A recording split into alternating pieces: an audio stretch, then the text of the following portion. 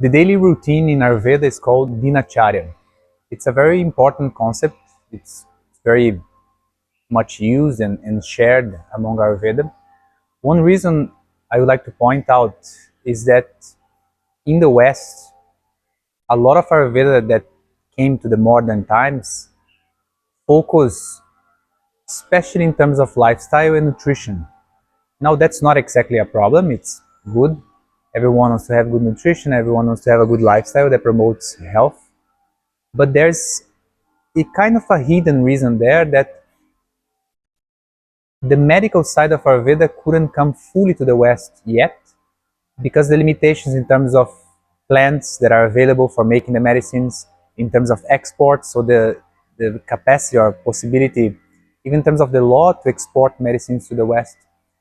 So sometimes I see why I mention this because sometimes I see in the West too much emphasis on lifestyle and nutrition in terms of Ayurveda, as if Ayurveda is that. But if you come to Sri Lanka or if you go to India, you see that a lot of Ayurveda is actually very medical in nature. It's treatment of diseases, and for that you have a host of several different formulations with different herbs, different plants. You have several possibilities of oils, medicated oils. Another example, in the West you see a lot of the usage of sesame oil or coconut oil for the treatments, which is okay, but much of that is due to the absence of the medicated oils, the ones that have many plants inside. Certain medicines of Ayurveda, they can have up to 80 ingredients, different plants and combinations. In any case, so it's important to focus on a lifestyle and nutrition, but bear in mind that Ayurveda is not exactly just a lifestyle. It's in fact more of a medical system, treatment of conditions and so on. Another point I would like to raise here is I do think Ayurveda has a long-lasting tradition. You have records of, by the time of the Buddha, so 2,600 years ago, he had a private Ayurveda physician, Jivaka. So if 2,600 years ago there was already a physician, an Ayurveda physician, that means the tradition is even longer than that.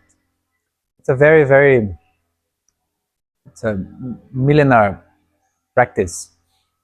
And of course, it has changed throughout time. So I don't think we should be very purists and very necessarily 100% orthodox. We should allow things to change according to the needs of the time and the changes of circumstances. You see much of that. For example, in the texts, in the classic Ayurveda texts like Charaka Samhita, where they mention meetings of Vaidyas. Vaidyas were the names of they are given to the Ayurveda doctors those days. So many years ago, they noticed that people were shifting from the kind of village, more tribal scene into agglomerations of people, to cities, to towns. And then the physicians of those days, the doctors, the Ayurveda doctors of those days, they had a meeting, and that's recorded in the text. They had meetings at the jungle to discuss what to do now, because there will be new diseases. Now people are living with animals, people are living together with other people, communicable diseases, diseases related to sanitation. So you had these new issues, which are not really a problem when you're just living with 30 or 40 people. So you see, Ayurveda, in the text itself, you see that there are times of change according to the needs. So why not also be a little bit more flexible in the modern times? Now getting into the lifestyle portion, Dinacharya. I will say what the classic texts mention, but again, I will refer to maybe a small alterations or allowances that you can give according to the modern times. Going through the day to day, we can start from the beginning of the day, the time of wake up. And here already we have a polemic one, let's say, that if you see on the classic texts, they mention that a person should wake up at the Brahma Muhurta time. Brahma Muhurta refers to about 1 hour and a half, 2 hours before sunrise. That means in India, where Ayurveda was developed, about 4:30 in the morning. If you want to follow Ayurveda strictly, then you have to wake up at 4:30. Now, the question is it feasible for you? Is it something that is, if you wake up at 4:30, are you actually going to feel better throughout the day, or are you going to feel more tired? Not only that, in terms of individuality, you have different countries. So one thing is to wake up 4:30 in Sri Lanka or in India, where it's warm, where it's the sun is rising at 6, maximum 6:30. Another thing is if you are in Norway or Alaska, where the sun is going to rise at 1 p.m. and you only have 2 hours of sunlight. So you see, you need a little bit of an allowance here. So if you want to follow Ayurveda strictly, you should wake up 2 hours before sunrise, whatever time is the sunrise. My suggestion is, what Ayurveda implies here would be wake up early. That's the idea. Wake up early. When you wake up early, you're going to have a sense of having more time to your day. You're going to adjust your circadian cycle, so the biological rhythms of the body. So waking up early most probably is a good idea. How early? It depends. So you bear in mind waking up early. That's enough. One point is that for you to wake up, be able to wake up early, you need to sleep early. There's a lot of focus nowadays, even social media, people post videos of them waking up at 3:30 and starting their routine, but in fact, for you to be able to wake up early comfortably, you need to sleep a little bit early, so you have enough sleep. You can't just force yourself have 3 hours of sleep and then feel tired the rest of the day. So the first consideration to wake up early is you must sleep early. Now moving up forward. Once you wake up, Ayurveda would suggest that you have the elimination and cleansing process. Basically, that means going to the toilet, so defecation, urination. Ayurveda considers a sign of good health to have bowel movements once you wake up. In practice, once more, you see individuality, it doesn't work for everyone. If you have bowel movements straight up in the morning, that's a good sign. But if you don't have and you still at least go to the toilet regularly, ideally every day, that's okay. One way to stimulate digestion, or more properly speaking, elimination, that Ayurveda would suggest is once you wake up, before actually going to the toilet, you drink some water. That's kind of the first activity of the morning. Drink some warm water. Ayurveda has a little bit of a rejection towards cold substances. That includes liquids, foods. Even later we're going to talk about even showering. So it has an aversion to cold things. It understands the body it's a hot system, and it would prefer to be kept warm. It doesn't like extremes either of heat or cold, especially internally. So the suggestion is to drink water that is either room temperature. If you're in a place that is hot, then that's enough. You don't need necessarily to heat the water all the time. If you're in a place like in Sri Lanka where it's 30 degrees, it's okay to drink water that is just sitting there because it will be warm enough. Or if you're especially in a cold place, then you will heat the water a little bit so it gets warm up to the point of being hot. And then you drink that. Ideally, that's something you do throughout the day, drinking warm liquids. The quantity also depends. In general, you're looking to maybe at least 1 cup up to 2 cups, so that'll be close to 500 mLs of water. So you woke up, had the water, then that to stimulate the bowel movements, that will stimulate elimination, you're probably going to feel like going to the toilet. Once you had elimination, then you're going to cleanse the mouth. So that's, of course, brushing the teeth.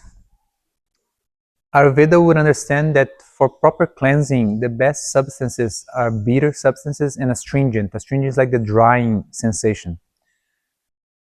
It's important to notice that a lot of toothpastes nowadays, they are actually sweet in taste.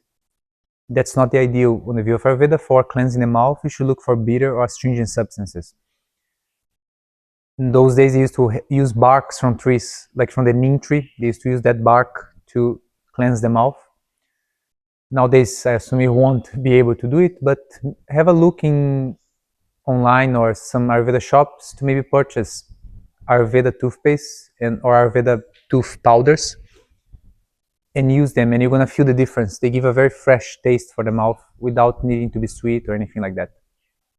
So you cleanse the mouth, and Ayurveda then recommend for you to scrape the tongue. Again, it's very easy to buy a tongue scraper. The best would be the copper one, but you can also get stainless steel. And then you cleanse the tongue. From the point of view of Ayurveda, the tongue is also an organ of digestion. It shows the digestive system status. And the tongue also helps in terms of eliminating things. A little bit like the skin would take things out of the body. The tongue also takes things out of the digestive system. So it's an organ of elimination. And the process of scraping, it's actually the cleansing of that organ. So you cleanse the tongue. In the text, they suggest you do some oil pulling. You can get some sesame oil, like raw sesame oil, and gargle the oil around the mouth. That is said to strengthen the gums and the teeth. And then you spit that, and that will pretty much finish the cleansing process. After that, so now you're kind of ready, you're kind of awoke. Ayurveda say the best time in general for most people to exercise is the morning time. You can correlate to modern science in a way. That initial morning time is the peak of cortisol release on the body, so it really kind of pushes you, and you can use that pushing sensation, the stimulating sensation, which can be natural, to exercise. Even for weight loss, might be an interesting time for it. In any case, once you do exercise in the morning, you get two benefits, which a lot of people relate. One is you feel more awake. So it stimulates the metabolism, it stimulates the nervous system, so you are stimulates circulation, warms up the body, you're gonna feel ready for the day. Second is it gives you that sensation of accomplishment. It's fairly common if you leave to do your exercise for the rest of the day, let's say after work or at nighttime, you might be tired, you don't feel like it. I assume most of us have experienced that before. So if you do that straight away in the morning, it gives a very nice feeling of I have done it, it's done, I don't have to worry about it anymore, I don't have to worry about exercise anymore. So you can follow this principle for Ayurveda and try to have exercise as really the first activity, a proper activity of yourself. What exercise to do, how much to do, that's very individual, and that will be the topic for another video. You can also use the morning time for meditation, that will be recommended in the texts. If you're used to meditation, if you feel inclined to it, it can be interesting. Once more, for the same reasons, it will prepare your mind, it will give you the sense of accomplishment, for the same reasons of the exercise. Also, the morning is like, if it can feel, especially if you wake up early, it can feel as a freer time. You don't have yet the weight of responsibilities on your shoulders, so it might feel more free, which means the mind might be more fresh from meditation. Now, once you finish your exercise, you go for showering. Actually, even before showering, the text will recommend doing massage, self-massage in the morning. Now, these are recommendations people repeat to the right and to the left because it's on the classic text. But let's be fair, how easy it is and how many people have you found that have the capacity, the time to do a self-massage every morning? It's not an easy ritual to be maintained. If you can, go for it. Why not? But on my experience, I'm yet to find someone that actually sustain this ritual. A few maybe are there, but I have not met in person. One, let's say, more modern or more quick way to do it is you get some oil. Ideally, it's an oil recommended by the other Ayurveda doctors, so it's an oil depending on your individuality or your necessities. As a general oil, you could use sesame oil, but once more, better to get the suggestion from the doctor. And you could use that oil to massage the major parts of the body, especially the joints. So that will be head, shoulders, chest, belly, hands, hips, knees, and feet. So you can apply the oils on those parts, massage for a few minutes each of those parts, let the oil sit for a little bit, and then you go for the shower. So that's one approachable way. You don't have to have a full massage, but a simple massage, a self-massage. Once the massage is finished, or let's say if you want to skip this massage part, you go for the shower. As I mentioned, Ayurveda has a certain rejection to cold. It prefers warm. For shower is the same. I'm aware that it's fairly popular nowadays to have cold showers, cold plunges, and so on. You can choose which system you follow. according to the system of Ayurveda, ideally showers, bathing, it's better in warm water. It's calming for the nervous system. It soothes the body. It's understood that the cold kind of, yes, it stimulates, but you can have that stimulation from the exercise. You don't need necessarily to always be pushing yourself up and up and up. You had the stimulation from the exercise. Now you have a soothing sensation, a calming sensation from the warm shower. The only part of the body I will say it's better to have slightly cooler water is on the head. The head is considered a hot area of the body. So head can be slightly cooler and then the rest of the body will be for warm water. Once this process is finished, now you're ready for breakfast. You see the key message here, it's that you should not wake up and straight away go to eat. I used to do that when you're young and you jump from bed and you go straight away to have your cornflakes and milk. So that from the view of Ayurveda is not ideal. You should prepare the body for eating. Like the cycles, the biological cycles of the body. It's not like a press, play and pause. You just start something of the body and now you pause it. You need preparation. You have done all the cleansing process, then the stimulation process, then the showering, calming down again. Now you're ready to eat. What to eat, how much to eat, all that, again, specific, at another video we can discuss. But now you're having breakfast. Once you finish breakfast, you go through your day. During the day, so let's say in between meals, Ayurveda would recommend drinking herbal teas or warm water. Herbal teas are a good option. The teas, they provide medicinal effects in small quantities, but still there. They can help with digestion. They can help with energy levels. They can help with several organs of the body. So ingesting herbal tea is a good way to have a sense of taste, a sense of enjoyment, and health benefits. From the point of view of Ayurveda, snacking might not be the best idea. Ayurveda prefer to have proper meals, either 2 or 3 meals a day, and it's dependent on cases. If you're pregnant, if you're older, if you're young, depending on the health condition, it might be interesting to eat more often, to fraction your meals a little bit more. But if overall you're okay, you can try to follow the Ayurveda perspective of have proper meals and avoid kind of random eating. So once more, you can have herbal teas for taste and for enjoyment. Around midday, that's the suggestion of Ayurveda for lunch. So that will be between 11:30 and 1:30. That's the time for lunch. Different schools differ in terms of which the main meal, either breakfast or lunch. You can see what suits you better. Then you go again through the afternoon. Once more, you can have the herbal teas if you want. Having a nap, from the Ayurveda perspective, sometimes you see people saying Ayurveda says no to napping, you cannot sleep during the day. It depends. It depends on season, and once more, it depends on the person. What's your age? What's your health condition? What's your load of work? Do you work physically or do you work mentally? It depends. If you feel like napping and that does not affect your night sleep, I would say why not? It's okay. But if you are sleeping during the day and that makes you sleep worse at night, it delays the moment that you actually fall asleep, then that daytime sleeping is creating issues. But if that's not the case, it's okay. There are also other considerations such as acid reflux and certain conditions which sleeping during the day maybe can aggravate, but once more, just check individually what works for you. Then we get to about the afternoon and nighttime. Just as you had a breakfast that was a little bit later, Ayurveda recommends you to have an earlier dinner.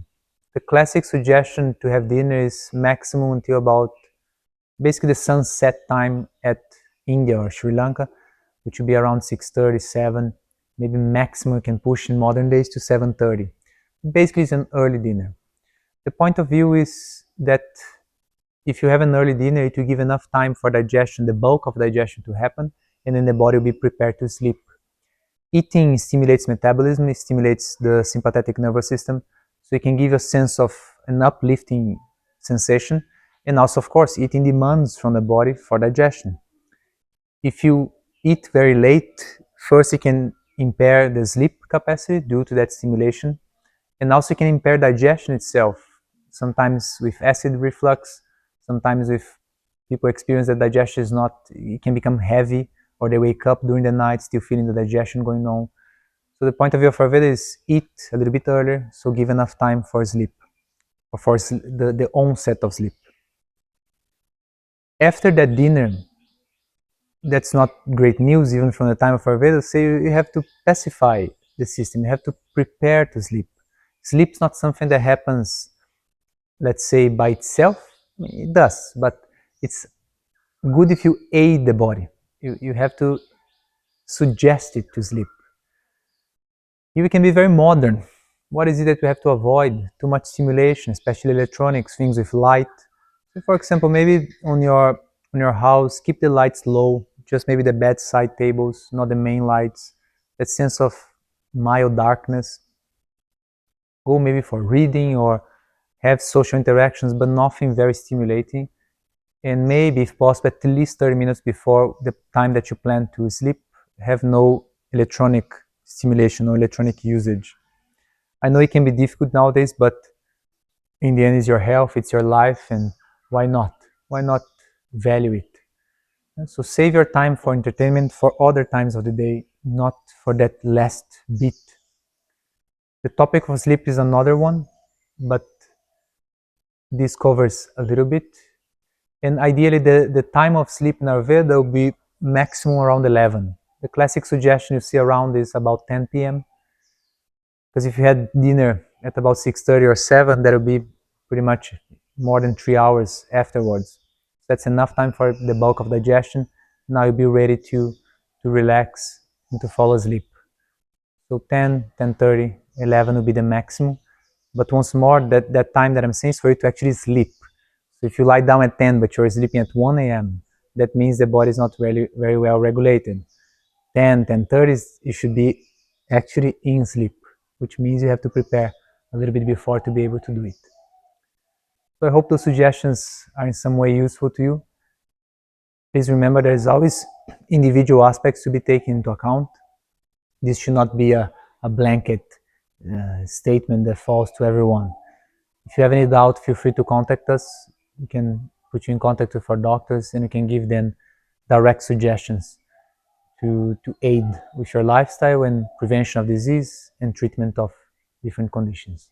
Thank you very much.